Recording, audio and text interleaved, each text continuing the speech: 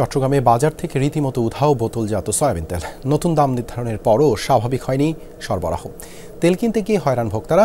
কৃত্রিম সংকট সৃষ্টি করে কারসাজির মাধ্যমে বাড়তি মুনাফা লুটে নিতে সিন্ডিকেট সক্রিয় বলে অভিযোগ ভোক্তা ও বিক্রেতাদের।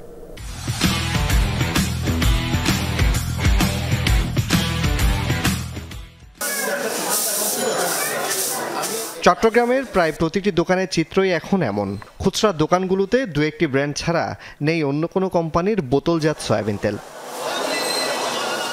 বাড়তি দামে বিক্রি করা তথা কারসাজির জন্য ডিলাররা সরবরাহ করছে না বলে অভিযোগ বিক্রেতাদের।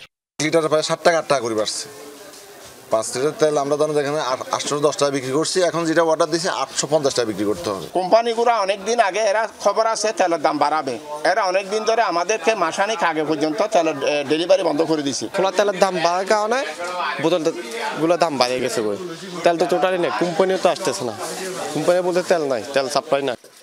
এদিকে আন্তর্জাতিক বাজারে সয়াবিন ও পাম তেলের দাম বৃদ্ধির পর থেকেই দেশে খোলা তেলের বাজার চড়া।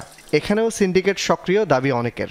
ইন্টারন্যাশনাল মার্কেটের নতুন প্রোডাক্টটা এখনও লোকাল মার্কেটে এসে পৌঁছে নেয়, তাহলে আগের প্রোডাক্টটা কোথায়? ওই প্রোডাক্টটা কি এই রেটে বিক্রি করাটা কি বাঞ্ছনীয় নাকি? বড় বড় কোম্পানি যারা আছে এরা বিশাল একটা সিন্ডিকেটে ফেলে রাখছে, সেটাই মূল বিষয়। যেমন আপনার মনে করেন সবার কাছে মাল আছে কিন্তু মাল ডেলিভারি করতেছে না। পুরাতে একটা বাইক যাইতে পারে গিয়েছে, আমার বোতল তখন কোম্পানি মাল দিচ্ছে না। এখন আছে হাফ লিটার 1 লিটার দিচ্ছে, 5 লিটার হয়তো নাই, তোরা নতুন লিটার কিছু অর্ডার হাঁটতেছে। 9 টাকা বাড়িয়ে নতুন দাম নির্ধারণের পরও স্বাভাবিক হয়নি সরবরাহ। তেল কিনতে গিয়ে রীতিমতো নাভিশ্বাস উঠেছে ভোক্তাদের। সংকট নিরসন ও মূল্য নিয়ন্ত্রণে বাজার তদারকির তাগিদ তাদের। জিনিসের দাম যদি এবার বাড়ে দিনের দিন, কিভাবে সাধারণ মানুষ কিভাবে চলবে, কিভাবে ভাবে, কিভাবে করবে? সাধারণ মানুষের নাভিশ্বাস হয়ে যাচ্ছে।